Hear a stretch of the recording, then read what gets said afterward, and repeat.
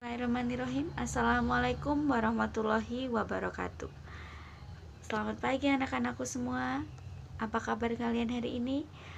Bu Dina berharap kalian baik-baik saja, tetap sehat, tetap semangat, dan yang paling penting tetap di rumah saja. Untuk pertemuan kali ini, Bu Nina berbeda pembahasannya dengan pertemuan-pertemuan sebelumnya. Kalau sebelumnya kita membahas tentang apa? Ya, cerpen. Kalau kali ini kita akan bahas tentang teks yang baru. Teks barunya itu apa? Bu Nina akan lanjutkan. Kalau kalian sudah selesai presensi, ayo yang belum presensi segera presensi, karena jam 7:10 presensi akan Bu Nina tutup. Disiplinkan diri kalian, jangan menunda-nunda untuk melakukan sesuatu, melakukan pekerjaan, jangan ditunda-tunda lagi ya. Oke, kalau kalian sudah presensi, lanjut lagi ke pembahasan yang tadi. Teks apa yang akan dibahas hari ini? Bu Nina akan bahas tentang teks tanggapan.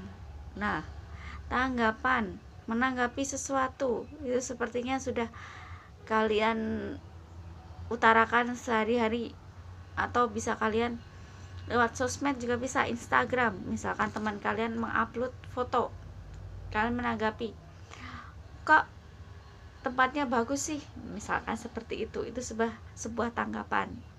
Kemudian kan like, itu juga sebuah tanggapan juga, karena kita merespon sesuatu. Jadi intinya teks tanggapan, teks tentang menanggapi, atau teks tentang merespon sesuatu. Jadi setelah kita respon, apakah kita akan kritik, apakah kita akan puji, apakah kita akan sanggah, apakah kita akan menolak, apakah kita akan setuju. Nah, di situ maksudnya ke dalam teks tanggapan. Teks tanggapan ini ada dua, seperti yang terlihat di dalam slide. Yang pertama teks tanggapan kritis, dan yang kedua teks tanggapan deskriptif. Untuk teks yang kalian pelajari ini teks tanggapan kritis. Nah, sebelum kita masuk ke dalam pembahasan secara rinci, Bu Dina akan paparkan dulu untuk tujuan pembelajaran kalian hari ini. Untuk kompetensi dasar ada dua. Yang pertama, mengidentifikasi informasi berupa kritik dan pujian dari teks tanggapan yang pernah kalian dengar atau kalian baca. Yang kedua, menyimpulkan isi teks tanggapan berupa kritik atau pujian yang pernah didengar dan pernah kalian baca. Seperti itu. Untuk indikator pencapaian kompetensi, di situ ada 4. Yang pertama, menganalisis informasi berupa kritikan dari teks tanggapan.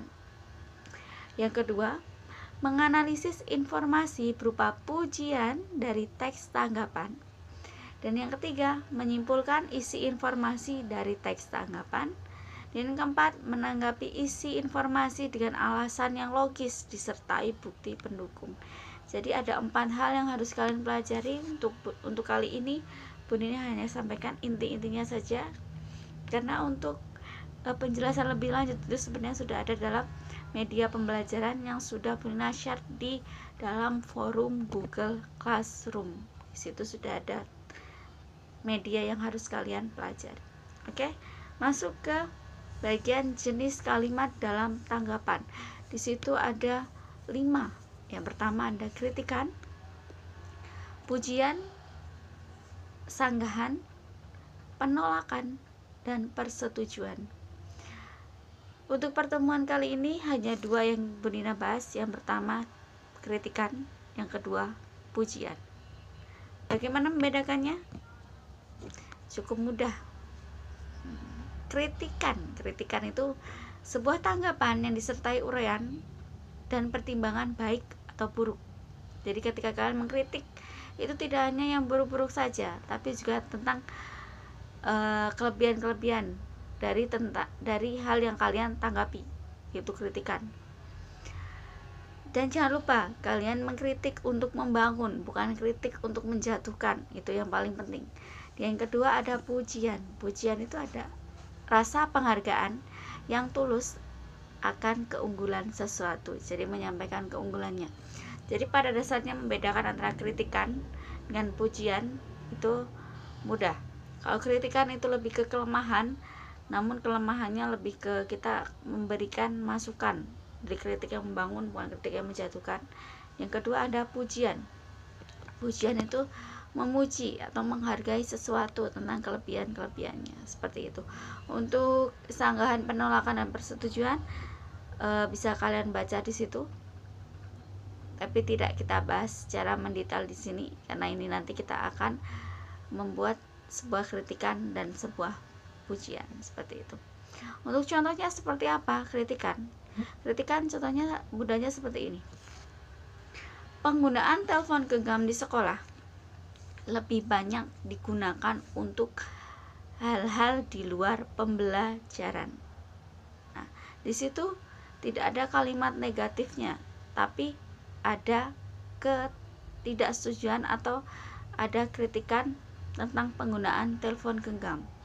Jadi digunakan untuk di luar kegiatan pembelajaran.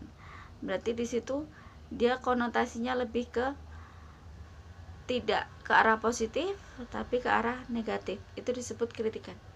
Kalau pujian seperti ini. Telepon genggam memudahkan peserta didik dalam mengikuti pembelajaran. Itu pujian. Jadi ada tambahan atau sebuah ungkapan tentang keunggulan sesuatu.